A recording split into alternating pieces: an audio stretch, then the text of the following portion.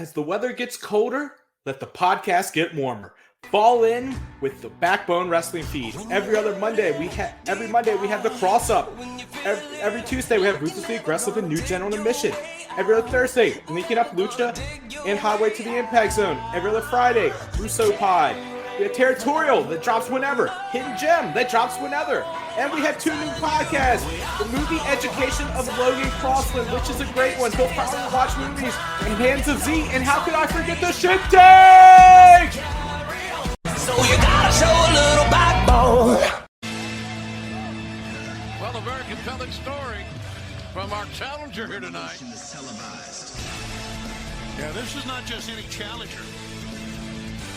Yeah, Ricky Starks said it himself, perhaps the hottest free agent in pro wrestling. He has competed most recently in the NWA, but he's also competed overseas in Japan with our friends at DDT, all over North America, United States, Canada, and Mexico, and held titles around the world. And there's no question he has been one of the top wrestlers on many levels on the independent scene, like you talked about, many different promotions around the world. And I thought that, I like what he said there. I really did. That kind of hit home with many people. So he's a free agent, meaning that he could be leaving here as the TNT champion and with a job. Let's throw it down to our colleague Justin Roberts to do the honorifics. Ladies and gentlemen, this contest set for one fall with a 20-minute time limit. It is for the TNT Championship. Introducing at this time, the challenger from New Orleans, Louisiana, weighing 198 pounds, Absolute Ricky Starks.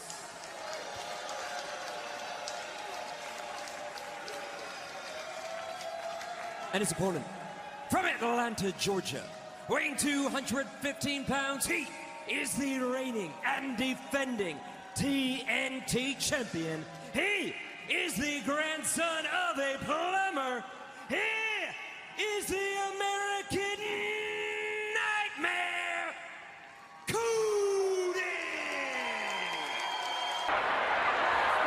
Hoxton with a roundhouse and another. And the Warriors backing up. Got him with the ball. He nailed them. Here it is. He moved out of the way. Look out, the big splash. 1, 2. He got him. He got him. Unbelievable. The Warriors won the title. We have a new World Wrestling Federation champion. And new World Wrestling Federation champion. The Ultimate Warrior. This place has gone crazy.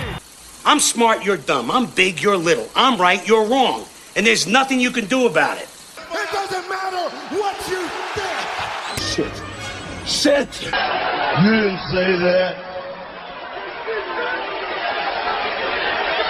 Tell me you did not just say that. There's nothing anyone can do, there's nothing anyone can say. There's little can be done right now to make this go away. Cliched simple platitudes do not to quell the dread. And the breadth and gravity just send me crawling back to bed. It's useless in this moment to say we'll get through this somehow. There's time enough for action, but that time isn't now. Soon we can start planning for what may come to be. But what I could really use right now is a bacon roll and a cup of tea. I don't need positive affirmations, I need to scream and bawl. The unrealistic expectations won't help with this at all. This is shit. Well, this is shit. I'm not expecting answers because they're out of your remit. I'm not looking for solutions, just for someone to admit that this is shit, this is shit, this is shit. You're trying to be... Backbone Wrestling Network, welcome to episode Big 4-0, Keith. Big 4-0 of the Shit Take. How are you doing today, bud? I remember when I turned the Big 4-0. Not as Now, good how as long, when I how long turned- ago was that? How long ago was that? Well, at this point now, it's over 6 years ago. So Yeah, I remember when I did it 13 years ago. So. yeah. Yeah. How was the big 5-0 for you? Big 5-0 was 50. Wow. Okay.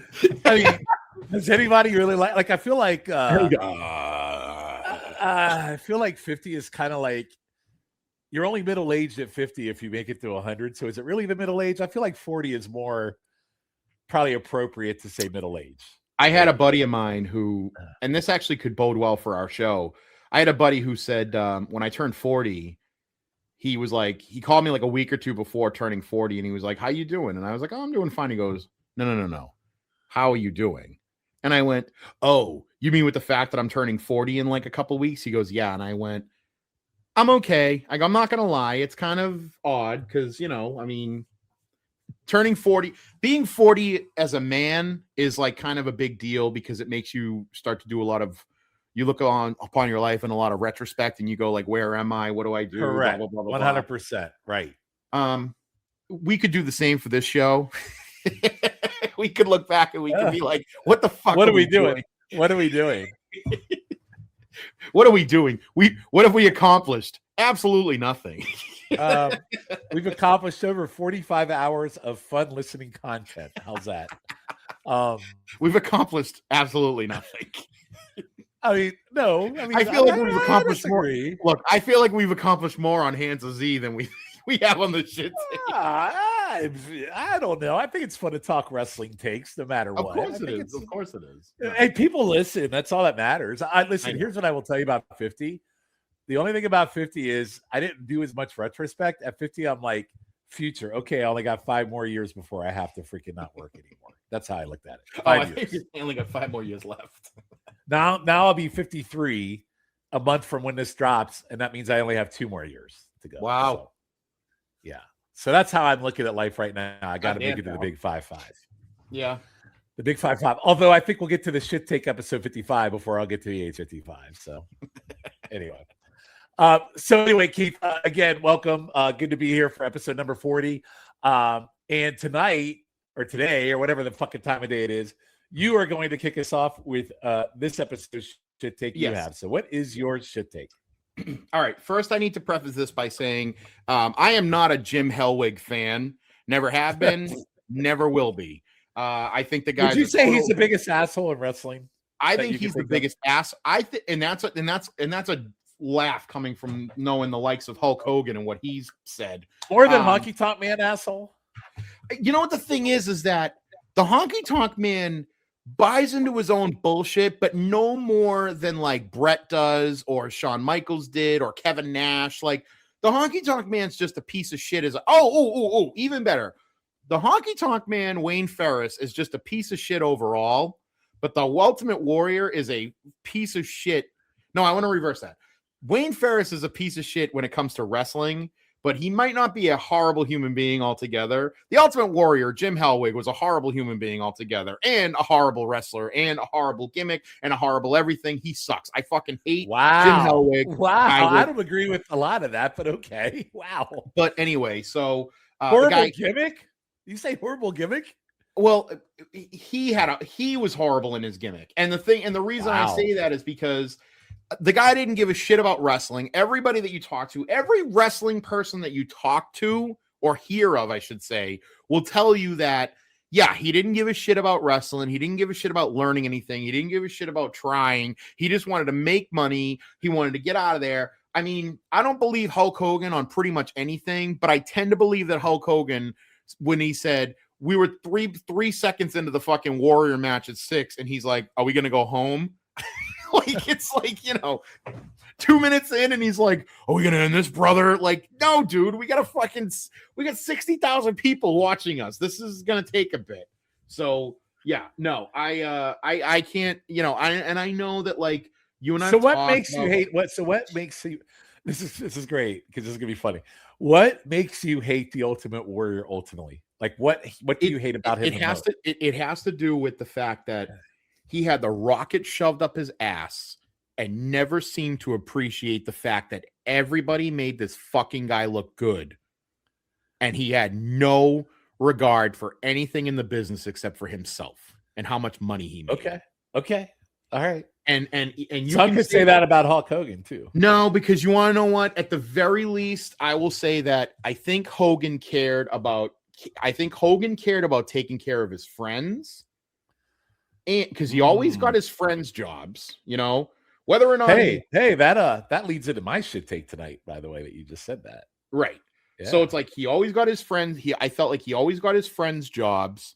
And I think Hogan was big with, as long as he came out on top and looked the hero, he was willing to do business with anybody and willing to make money with anybody. And I don't think the Warrior gave a shit about who he made fucking money with. He just wanted to make his own money. And he didn't care who he worked with. And he didn't care about the people he worked with. And he was like, he didn't want to listen. He didn't want to learn. You hear about like Bobby Heenan talked about how Andre was like, this isn't like Andre used to do that move where he would get his arms wrapped in the ropes and like Warrior just didn't fucking listen to him. And the fact is like, and I know that Andre got slammed by a bunch of people, Harley Race, Kamala, all that shit. But like by the time that Hogan slammed Andre, nobody else was slamming Andre. It was like Andre was like, when Andre turned heel, he was done getting slammed. When Andre was on television every week, he was getting done being slammed. And it's like Hogan slammed him, and then the next person to slam him was fucking Warrior. And it's like Warrior had those matches against Andre in '89, and fucking he's wrestling Andre and doesn't appreciate the fact that he's in there with fucking Andre. I mean, I'm sorry. I know, but Andre was kind of a prick in '89. I don't, maybe not. I don't know. I know there's that story Bret Hart tells about Andre where he goes, they were in Europe, and he goes, and I go in and I see on the call sheet that I'm wrestling Andre, and it was because Andre just wanted to wrestle Bret Hart because he never wrestled Bret Hart before. Yeah, that's and true. like, but that was a big deal. Andre, it makes you wonder how Andre agreed to do like 10-second jobs to the fucking Ultimate Warrior. That's what I'm saying. Yeah. Anyway. So I've prefaced this enough, but I will say this. When Warrior won the title from Hogan in 90, and another thing, and again, because on GFA Live, we've gone through from 88 all the way up until we're in the middle of 1990 now. Yes. And one of the things I didn't notice back then, and I didn't notice on rewatches and whatnot, is how much they kind of sell the Hogan Earthquake deal right before WrestleMania. And Correct. that's why Hogan, and they really kind of make it seem like that's why Hogan lost to the Warrior, is because he was like beat up ahead of time by Earthquake and he wasn't at 100% or whatnot. And I'm like, wow, I go, they really from the fucking get-go. Like, it's funny, like our last episode, we talked about Terry Taylor getting fucked by Vince at the get-go. Vince fucked over Warrior's title run from the get-go by basically saying that he won the title because he defeated a already injured Hulk Hogan, And then the other thing that sucks about that run is that Hogan's gone for a couple of weeks, but all you hear about on wrestling is Hogan. Well, Warrior didn't have any challengers either, though. He had beaten everybody at that point. He had nobody. This is where my take comes in today. I think that the Warrior could actually fantasy book his title run, and it could have been a success with only like one or two tweaks. Oh God, I can't wait to hear this. Well, because again, if we look at the way Warrior's run is, okay, prior to WrestleMania, he's in a feud with Dino Bravo as he's the Intercontinental champion. I know, fucking ridiculous. He's in a feud with Dino Bravo over the Intercontinental title. So bad. Then he beats Hogan, and he immediately starts wrestling Rick Rude. He wrestles Perfect. He wrestles DiBiase on television, and he wrestles Haku on television. But you're right. And then he gets into this feud with like Rude. And he's in this feud with Rude. He wrestles Rude at a Saturday Night's Main Event. He wrestles Rude at SummerSlam. And then he kind of gets transitioned into that ridiculous feud where he's the third man of the Legion of Doom. And he's wrestling Demolition on the house show. And on the Saturday Night's Main Event, I might add. So bad. His title reign is terrible. His title reign is doo-doo dog shit. But I don't think, but again, I don't know if it's any fault of his own because literally he had no challengers. Even Savage is Macho King. Let's be honest. He'd already taken so many L's to Hogan. It's just, you're just retreading water and Ross, rinse, repeat. You know what I mean? Yes, but you know what? But at the time, but look at his challengers who he wrestled kind of a lot. He wrestles Rude a lot. He wrestles Perfect. He wrestles. Yeah, but Perfect, but they'd all done the same job for Hogan already. That's my point. Just hear me out. He wrestles Perfect. He wrestles Rude. He wrestles Savage. He wrestles DiBiase. Hogan. And I know. Oh, well, Hogan beat everybody, though. That's the whole point. So did Warrior. Now, here's the kicker. Do I think that Warrior could have been a success? And the first major tweak is you give Hogan time off, not the injury time off, but you give Hogan time off and he just goes away. Because if you remember in like 88, when Savage wins the title, Hogan kind of goes away for a little while. Okay. He's going to make no holds barred. He goes away. He's back by SummerSlam. He is, which Hogan's back by SummerSlam too in 90. But if he goes away for a while, and Savage is the focal point against DiBiase, against Andre, against, I think it's even the start of like the Twin Towers are against, Savage gets an opportunity to build himself as a sustainable and a reliable champion because Hogan's out of the picture completely. Hogan's not out of the picture at all in 1990. He's literally in every week. They're doing the tugboat messages. They're showing the video footage of him getting earthquake squashed on Brother Love. They're selling the fucking Hogan friendship bracelets. It's send your letters to Hulk Hogan. Please come back, Hulkster. Please. You're inundated with so much Hulk Hogan stuff that they don't even talk about the Warrior. The Warrior has literally not shown up on he shows up on television once, and it's to be on Brother Love, and he starts fucking talking to kids in the audience. It's like that is correct. And then they have this whole drive where it's like Rude, and it's great because they rebuild Rick Rude, where they have Rude with this whole feud with I'm the only guy that beat you. I'm the only guy that beat you for a championship, blah, blah, blah, blah, blah. And they have Rick Rude as like serious Rude. He comes, he cuts his hair. He's training. He's doing that.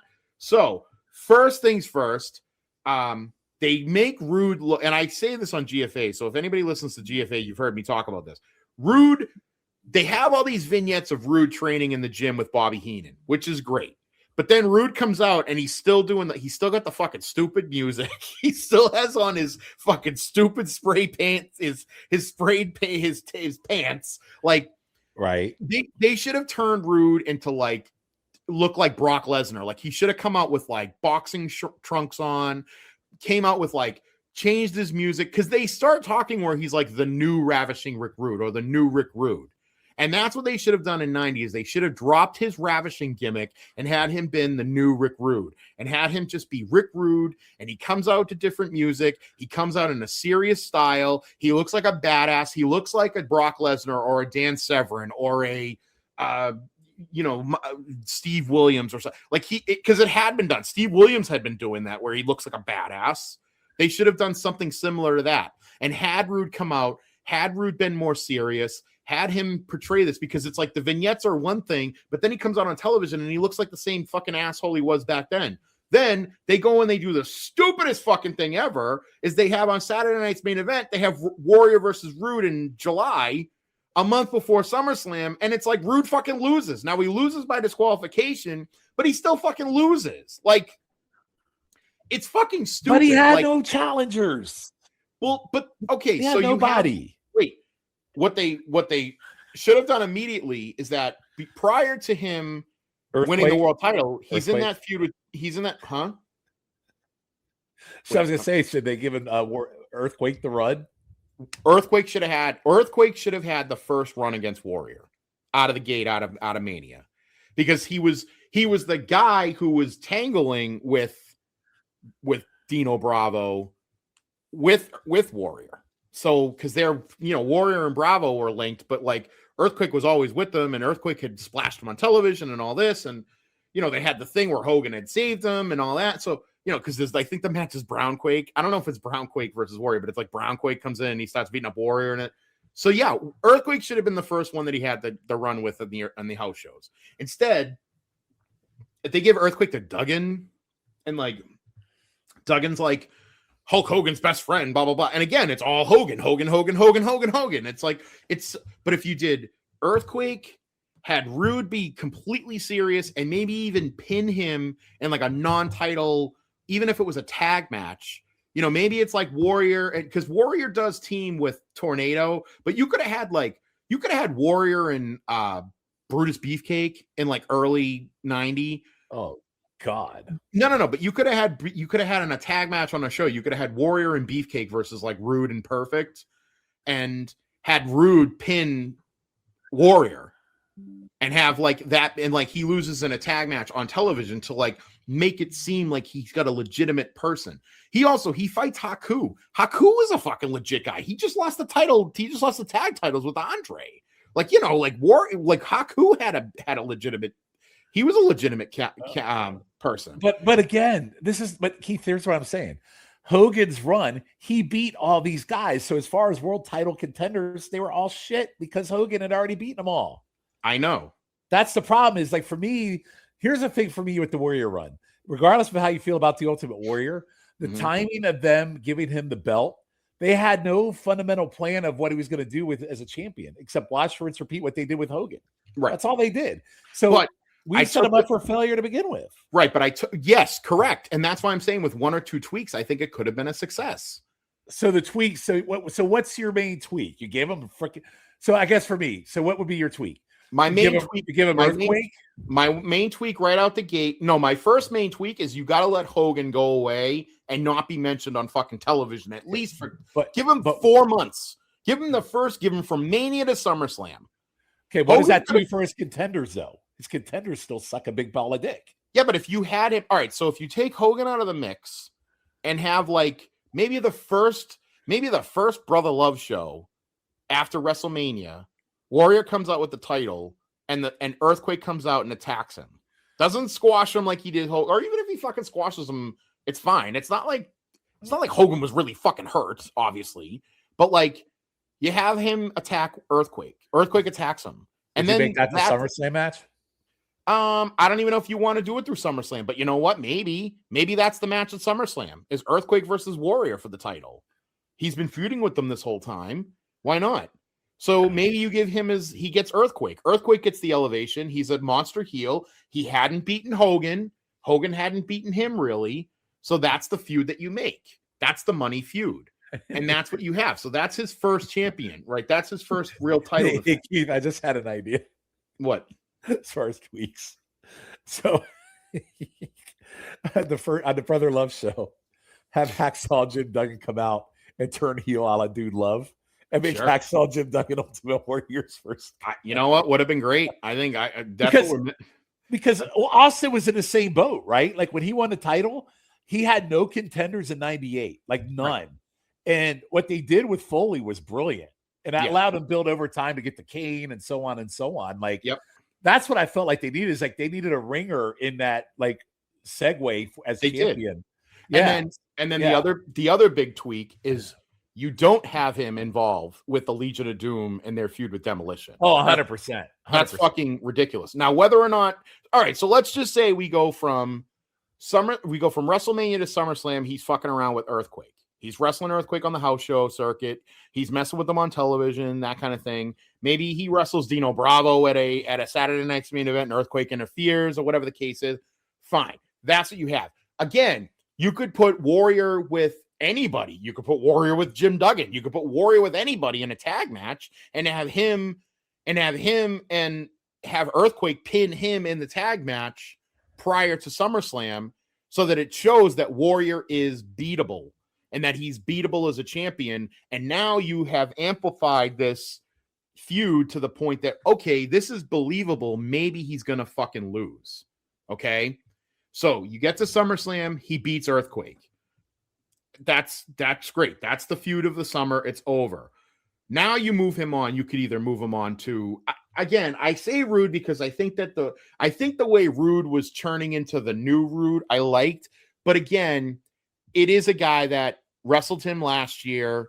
He is one of the only guys to beat him, which is true, but it's not like he didn't cheat to win and then he didn't lose fairly, and then Rude gets saddled in that fucking terrible feud with Piper afterwards. So it's like Rude kind of has burned his bridges as well as far as anything. But you know what I do like is that I like the Savage thing, because I feel like even though Savage lost to Hogan and had spent a good year jobbing to Hogan, I do think Savage is, and not only that, jobbing to Dusty too, because Savage basically jobbed to Dusty the entire time as well. But I don't hate that Savage is the contender for him. And you could easily build Savage back up and have Savage be the guy that wrestles him through like Survivor Series. And then Survivor Series, it should have been Warrior with a team, and whoever you want to put on his team is fine, against Savage and some other people. Like it could have been Warrior. You could have even had Warrior, the Texas Tornado, and the Legion of Doom against Perfect, Savage, and Axe and Smash, or Smash and Crush, or whatever. Like you could have taken Axe out and replaced Savage and had Savage be the captain and have Savage, Perfect, Axe and Smash, or Smash and Crush, and that would have been fine. And then that's the Survivor Series match. So it keeps that feud alive with with Savage and Warrior. And then that's the feud that goes through to the end of the year, because he's feuding with Savage anyway through pretty much all of the rest of 1990 after he gets done with that horrible like 2-month run where he's wrestling with the Legion of Doom at like house shows and on Saturday nights. It's fucking silly. It's so silly. And it just doesn't make any sense. And I think they could have made Crush a bigger deal and made him the world title contender. That would have been good. But I mean, right there you have, and in the mix, you can pepper in guys that have wrestled Hogan in, so you can pepper in Haku, you can pepper in DiBiase, you can pepper in Perfect to just give people. They were a little bit more cooked at that point, though, because of Hogan, man. That's right, problem. But it doesn't. I'm not talking about the main money feud. I'm just talking about it's at least something else for people to see, as opposed to just him in a. And again, the whole point is you're giving Hogan time off, and you're letting Hogan do whatever he has to do personally, and then. Maybe, I don't know what you do with Hogan when he comes back, if he wants to come back after SummerSlam, if he wants to come back after SummerSlam. Maybe he comes back after SummerSlam and he starts up with Earthquake, and that's how you get Earthquake's heat back. And, and then that feud can carry through till not till Mania. Ultimately, there's something very humorous and funny about the person to end the reign of the Ultimate Warrior being Sergeant Slaughter in the fucking year of 1991. There is something very, very, very funny about that. Well, I think it might have even been it was one of my early shit takes that I said that it should have been Earthquake that ended. You did, and I shit on that too. So. At the Rumble. Yeah, but it's just because if you pick anybody else other than who's the only other viable heel that you can put that would have made sense to go up against Hogan at Mania. I know, but even Slaughter at that point in time having a title run is just like, what are you fucking doing, man? No. And it's funny too, because there was a chat going around in like one of the various chats about Rumble 91, because it just dropped on like YouTube, and it's like, right, what are they thinking? And it's like, dude, it's they were thinking Iraq War, Hogan, Slaughter is what they were thinking. Yeah, but I guess but by 91. People were like done with that. I mean, considering the backlash. Yeah, they were done with the whole back and forth heel. They were done with Hogan. First of all, they were done with Hogan. Second of all, they were done. They got such backlash from that Iraqi sympathizer gimmick because it was such in bad taste. So it was like, I just don't know what they were thinking. I don't know what the alternative is. That's why I said at least the alternative with Earthquake winning the title at Rumble is. Because Hogan never got that definitive pin on Earthquake. Right. So it's like at least you get the definitive pin where he beats Earthquake and that's it. But again, I don't know if Hogan, even against Earthquake in 91, would have led to bigger and better things. I think what they really wanted to do, no pun intended, ultimate goal. I think the ultimate goal for 7 was to have Hogan Warrior 2. And which they probably should have done. Which one of them turning heel. Whether it was Hogan... if Hogan had turned heel in 91, I think it would have been fucking great. I think that would have been great for business. And you know what? Oh, you know what would have been even a better? I know they did Boss Man perfect, What if they had pivoted to do Savage versus Perfect? That would have been fucking awesome in 91. Oh yeah. Anyway. Yeah, like you turn Savage face earlier against. Yeah, I'll be honest with you. I mean, I'm not saying this a shit take. I don't even think tweaking Earthquake being his challenger would have made Warriors. I just think overall they didn't have a good run of people to challenge Warrior, and I think it set him up for failure no matter what he did. Yes, he's a piece of shit, but they didn't set him up for success. They did, but I think the biggest thing that hurt him was Hogan not leaving and still being on fucking television every week. I know, but he would still have the same issue in challengers. He would, but you wouldn't be. You wouldn't be reminiscing the Hogan shit while you're trying to cheer on, Warrior. You know what I mean? I remember watching that back in the time and thinking, God damn, is the champion ever going to do anything? And then when I found out he was doing it rude again, I was like, what the fuck, man? They got nobody to face this jackass. He ain't going to do anything. Yeah, he doesn't do anything. It's terrible. Like, they needed a really good pivot. Like I said, I was really worried about Austin in 98. And the pivot they did with Mick Foley was brilliant because they had nobody to take him on. So anyway, good stuff. All right. So I don't know if it's a shit take. I don't necessarily if I agree with you though. Well, very rarely do you and I fully agree. I just think he would have been fucked no matter what they did. Okay. So all right. Unless they brought in Terry Taylor as terrific Terry Taylor. Oh God. Anyway. All right. So let's go to my shit take. And this is more of a current day take. And this one has been bugging me for a long, long time. Because every time I see this guy on my screen, every time I see him do his fucking little dumbass pose, every time I hear his music, every time I hear him cut a promo, I fucking want to change the channel. I don't know why I hate him so much. I don't know why he bugs me so much. Okay. Part of me, every time I look at him, I think like he's like a midget wrestler. I don't know. There's something about this guy. He's got big dorky ears. He's like Timu looking rock. I think Edge said best about him. Adam Copeland and is like, I guess he was cutting promo on him in AEW and like made reference to him being like the Rock. Ricky Saints, Ricky Starks, whatever the fuck you want to call him. Mm-hmm. Ricky Saints to me is to Cody Rhodes what Brutus Beefcake was to Hulk Hogan. He is a latcher. He is only where he's at because he's friends with Cody Rhodes. I think his entrance and his pose are one of the most annoying things I see him. Every time he does that little pose he does on TV, I literally cringe. I don't know why. I don't think he's that good in the ring. I don't think he can carry a company. I think NXT kept taking the title off of him because he couldn't carry the company. You got people like Ethan Page and Femi who are way better than him. And I just think he's where he's at because of Cody Rhodes. And I'll stop there.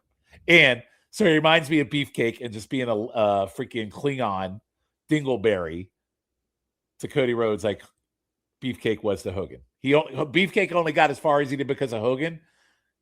Saints will do the same for Cody Rhodes. So I'll stop there. What are your thoughts on Ricky Saints? First things first, how dare you talk about Brutus Beefcake like that? I mean, because I'm right. It's fucking Brutus the Baba Beefcake, ladies and gentlemen. Yeah. Let's talk about the Butcher and that Stark. Well, look, I didn't say that he wasn't. I didn't say he didn't benefit from being Hulk Hogan's friend. I mean, he benefited even more for taking a parasail to the face. Beefcake was coming into his own on his own. He was. To be fair, you're right. He was. 100%. He was coming into his own on 90, and then he took fucking pair of knees. By the way, you're talking about Perfect taking on Warrior. Fucking John the Beefcake at WrestleMania. He went to fucking challenge because Warrior. Beefcake was coming up. And he was undefeated. Perfect was undefeated. You know what's funny is I have this thing where I'm like, I think Beefcake would have beaten Perfect at SummerSlam, and he could have kept the title all the way through Mania. He would have. Pete goes, oh, that would have been a very long and lengthy feud for him and Perfect. I don't think you're wrong. I think he would have held it.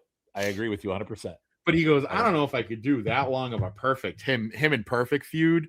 And I go, yeah, but Perfect probably could have gone on to something else for a hot minute and come back. But I don't think it would. I think you're 100% right. That would have been. We're not talking about Beefcake though. We're talking about Brother Brudeye. I am. No, we're not talking about Brother Brudeye. We're talking about Brother Ricky. So all right, so Sticky Ricky. So I asked this question to Logan because I didn't know. I didn't realize that Ricky Starks was like a big friend or fan of. I didn't know he was linked with Cody. I really didn't. Correct. So that's that's news to me. I didn't know that. I guess Logan did say that he is the reason like he got over to NXT was because of Cody. Correct. I mean, he's not as much of a hanger on as Beefcake because he's been stuck on NXT for like pretty much. Well, he's stuck on NXT because he sucks. But has he even come up to like the main? Yes, they had an interaction where they had a match between. Remember, they had a match between Femi and Saints to who would face Cody at the Saturday Night's main event on Cena's last thing, and Femi beats. So they did have an interaction there, and everybody assumed that Saints was going to win it, but Femi did instead. So, no. But what I'm saying is, I'm saying he hasn't gone on to. He hasn't been up to the main show yet. Like he was on Cody's freaking podcast. They were best buddies. Right, no. But how like Javon Evans was on Raw before he actually got called up. Like Ricky hasn't done that yet. Saints is not. No. All right. So anyway, I mean, what about his little post? What about his little fucking post? Shit well, I don't find it as offensive as you do. I mean, Jesus Christ, it's just a little. He looks like a goddamn flamingo when he does. I can't stand the guy. I like a flamingo. I like it. He looks like a goddamn flamingo. And he weighs like 150 pounds. No, he weighs he weighs 200 pounds or like 205 or whatever. So yeah, I mean, him when he beat Obafemi, I was like, wait, what? But exactly. He only beat him up because he's friends with Cody. Well, that's probably not entirely true. Like they probably had a reason. Beefcake beating Perfect when Perfect was undefeated because Beefcake was friends with Hogan. Well, he didn't beat Perfect for a title, so let's take it easy. But and Oba got his title back. He got his title back, and now he just vacated it. He's like, well, he vacated it, but he still had it back. No, I don't. He is. You're right. There are definitely more. I don't want to say entertaining, but more influential, I guess, or for lack of a better word, I'll say influential. Like people, like you said, Ethan. Oh my God, what's Ethan's last name? Page. Ethan Page. I think great. Ethan Page is like the breakout star in that 100%. Agreed. In that current crop. Right. I think Obafemi was great. I'm a little concerned about Obafemi because I don't know what they're going to do with him. They're going to make him a monster. Is he going to go to Raw? I believe he is on Raw. All right, well then that's good because Raw would be a lot better than. Although SmackDown could actually use a guy like Obafemi. I get nervous with some of these big guys that come from NXT because I feel like they don't know how to use them, and then they end up just becoming like generic babyface or generic heel number 7, and it sucks. Like I don't see them making that mistake with Femi. I think they got gold with Femi. So. I hope not. Right, but you never know. But we'll see how that runs. But no, I don't disagree with you. I think that he's kind of just another guy like in the run. Like I don't know if he's going to be a top dog in NXT anymore because I feel like they're already surpassing him. Like they already brought in the new guy that they just brought. Who's the new guy that they just brought in? The new monster. Like that guy is going to probably end up winning the title. And whether or not Ricky Saints wins the title at this, in the ladder match or whatever, I'm sure he's going to lose it quickly, to somebody else. And then he seems like he's almost going to be the gatekeeper for maybe the next crop of big men to come up to the top position. And whether that ends up being Ethan Page, whether that ends up being, I mean, you could pick anybody from NXT really who's on that brand and just, it could be who it is, so I don't know. We'll have to see. I don't hate your idea. I just don't, he doesn't bother me as much as I think he bothers you. I think he's entertaining. And he bugs me as much as Booker T does. Like, I don't know. There's something about, there's just something about his presentation. And I don't understand your Booker T hate. I really don't. I love terrible. Because he's terrible. He's not terrible though. Awful. Why do you say he's terrible? I don't Commentary is awful. His matches are awful. He's terrible. Come on. You're overrated. Look, that's a foolish take. That's a shit take because he's not. No, terrible. It's not. Give me one 4-star Booker T match, asshole. I'm not going to do this with you. I'm not going to do this because there isn't one. There's not one. There probably is. I just don't have the recollection in my head. Maybe the only one he has is the guy who killed his family, and we're never going to talk about that one. Wow. So, right. Wow. Right. We're not going to talk about that. Ladies and gentlemen, send your postcards to him. No, I'm just saying, like, he had a good run in that series. We're not talking about that man, though. I just think that, I don't know. For me, Booker T just never saw it. Actually, you know who he did have a good match with? He did have a good match with Rick Martel for the TV title before Martel got injured. They did have a good match. Yeah. They did. But overall, Booker T is terrible. Anyway, but Saints. So he really is. He hasn't really done anything since he's been in NXT. When he was in AEW, he was a world tag team champion with freaking big ass Cass. And then he faltered after Cody left. Then he went over to NXT because Cody left. I'm telling you, he is like the dingleberry hanging from Cody Rhodes' butthole. That's what he is. Okay. Just like Brutus Beefcake was with Hogan. Wow. Okay. You're not going to argue with me on it. I mean, I just did. I don't know. I mean, this is one of these things where it's like, there's nothing I can say that you're going to, you're going to all of a sudden go, huh, you know what? I think you're right. No, give me an argument that I'm wrong. I mean, I don't know if I don't have enough of a knowledge of Ricky Saints to say one way or the other. I mean, I will admit I don't follow AEW like you do, so I didn't follow him on AEW. What I've seen of him in NXT, I like. Do I think there's flashes? What do you like about him? What do you like about him? I think I don't know. It's a hard thing to say. I think he's a good hand. I don't think he's a terrible wrestler. I think he's got, I don't hate his little move set there, the little move at the begining. I think he's got a decent interest. He seems to be over with the crowd. You like his flamingo entrance? He has a connection with the crowd, like he can connect with the audience, which I think is good. I don't think he's a terrible promo. I mean, I don't know. I don't hate the guy. I mean, do I think he's probably I admitted he's not the biggest name on NXT right now. And, but he's supposed to be. Yeah, of course he's supposed to be. But okay, so he's not getting over on that. That doesn't mean that he's not capable of becoming something more. He's only there because of Cody Rhodes. Well, that may be. But Beefcake only got his push because of Hogan. You got to admit that. Okay. Now, to your point, I would say in 90 he started coming to his own, but after the parasailing accident, every coattail he ride was Hogan from that. But you want to know what the funny thing is that with the exception of that little interaction that Ricky had with Cody, Cody's not on NXT all the time. And it's not like he's having conversations with Cody. Like he's not up Cody's ass on NXT. He's getting himself over on his own. He has a high level of influence on this guy. Cody was back. He was backstage with Cody when he still worked for AEW during Cody's world title match for when he went after Roman. He was backstage with him. I'm just saying he's getting over on his own. I don't know if he's really over. Tell me how he's over. Okay. All right. Again, this is just a conversation that you're just going to disagree with everything I say. I mean, I don't know. The entire time that he's been in NXT, he won the North American title and then lost it right away. He won the North American title. He's won the NXT title. Lost it right away. It doesn't matter. I'm just saying, like, you're asking me how am I supposed to defend it? I'm just telling you what I think. It doesn't mean that I think he's the biggest star out there. I think you do.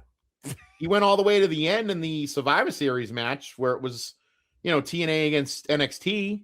Oh, wow. Really hard there. TNA and NXT getting to the end. Wow. Well, it was Moose and Mike Santana. Those are two of the pretty big names. They were the guys that were the last two guys standing from. No, fuck you, dude. That team TNA was fucking. No, I agree. No, I love. Trust me, dude. Listen. If I were to say right now, for me, Leon Slater right now is up there and one of my favorites right now. Yeah, with Evans and even Santana, like that, like the TNA pay-per-view at the time of this recording, I watched it. Now that was just on. But also, I enjoyed it. Like if you look at that NXT team he was on, Javon Evans been called up, Trick Williams been called up, Miles Bourne, I don't know if he can hear the phone when it's ringing, but he'll get called. So why wasn't Ricky Saints called up? Because he sucks. I get it, but that's what I'm saying is that I'm not disagreeing with you. And if he was really fucking if he was really the beefcake to Cody's Hogan, he would have been called up already. I just think they're trying to show that it's not the case, but I think it is. I think they're trying to hold off. Well, we'll have to see what happens. We'll have to see idiots like me are going to say it no matter what. So they're trying to play it off like that's not the case, so they don't call him up. Well, was the match against him and Javon Evans? Was that for like a spot in that title tournament or the title match? I don't know. Or was it just a match? I don't know. Javon Evans for me just eclipses him greatly. Like in a chain of command for me. Yeah, I mean, but Femi, even like Slater is so good. Like he's so good. But again, I don't know. All right, here's the thing. I don't know what's going to happen. To be honest, with a lot of that crop of the NXT guys, because I don't know what's going to happen with Javon Evans. I hope out of the three of them, he's already gone. No. I'm saying I hope the three of them are very successful in the big brand, but it might be just Trick Williams might be the only one that's successful. I will tell you, Trick Williams on SmackDown, he shows up like a fucking star, man. Trick Williams, unfortunately, is doing what Carmelo Anthony should have done. Carmelo Anthony. I always say Carmelo Anthony. You know what? You're right, but I think he's also got presence and he's much bigger. You're not wrong. You're not wrong. He outshined Carmelo Hayes when they were together in NXT. Right, and I think that's what's happening now. Him being in a 4-way for a shot at the world title already is pretty amazing. So, yeah. Anyway, Keith, we'll agree to disagree. I'm not going to argue. You don't necessarily disagree with me. I just think I'm not a big fan of Ricky Saints, and I think the main reason why he's there is because he's Beefcake. All right. And I'm not going to disagree with you. I think Beefcake had a good run of his own that Saints hasn't even gotten to yet. We'll have to see what happens, but I hope not. I hope he comes off my TV because I don't want to see him ever again. So anyway, Keith, what would you like to plug? Oh, everybody knows where they can find me. GFA Live, a la carte with Keithy, all over the backbone. Reach out to me on Twitter and Blue Sky, Flounder824. Comment, like, and subscribe on all of our shit, especially on our YouTube videos, especially on Keithy Take the Heat. That's what pride and joy for me, that YouTube channel, because you get to see my small kitchen and you get to see me make recipes. So comment, like, subscribe, all that kind of stuff. But that's about it. I get to see my favorite big man with a heart cooking good meals. How's that? How's that for a promo? Thank you, buddy. Yeah, I think you need more wrestling action figures beside you when you're cooking them. You know what the funny thing is that the next recipe I have, I don't have an action figure of the person. So do you have a copy? Did you ever order yourself a Western States title belt for yourself? Yeah, I have it. I told you I have it. I would like you to put that on. I'd like to have that over your shoulder while you're cooking. You know what I'll do? I'll put it on my Poland Spring water dispenser, because that'll be the only place I could probably put it. But you'll see it. It'll be in the back. I expect the Western States title to be like in every episode. All right. Do me a favor.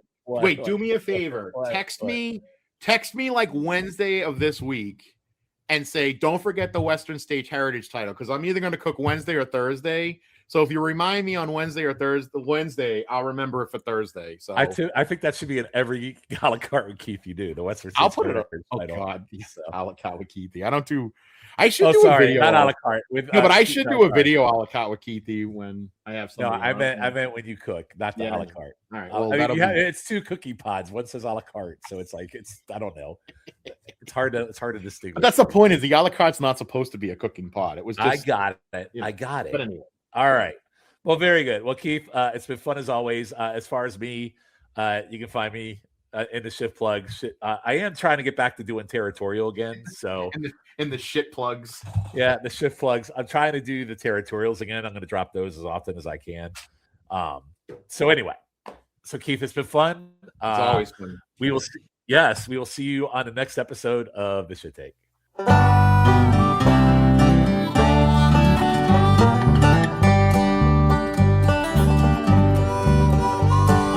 I'm right and you're wrong, that's the name of this here song. This discussion's gone on way too long. I'm right and you're wrong. They say there's 2 sides to every scrum. My side's right and your side's dumb. That's the general rule of thumb. I'm right and you're wrong. If I'm right and you're wrong, I guess this can't be a sing-along. 'Cause you'd sing I'm right and that'd be wrong, 'cause I'm right and you're wrong. I'm right and you're wrong, that's the name of this here song. Dang, you sure are headstrong. I'm right and you're wrong. We can agree to disagree on things you're just too blind to see. Else you just agree with me, 'cause I'm right and you're wrong. Please don't cloud the issue with facts. Let's just stick to personal attacks till there ain't no turning back. 'Cause I'm right and you're wrong. I'm right and you're wrong, that's the name of this here song. Civil discourse just don't belong. I'm right and you're wrong. What's that you say? Maybe we should listen. Maybe there's things we've both been missing. Heck, we could wind up hugging and kissing if no one's right or wrong. Now all this talking's gone on way too long. There ain't gonna be no brand new dawn, 'cause you're an idiot and I'm King Kong. I'm right and you're wrong. I'm right and you're wrong, that's the name of this here song. It turns out all along I was right and you were wrong. I'm right and you're wrong, that's the name of this here song. This whole thing's gone on way too long. I'm right and you're wrong. Yeah, the world ain't flat, it's just oblong. I'm right and you're wrong. And you're ugly too.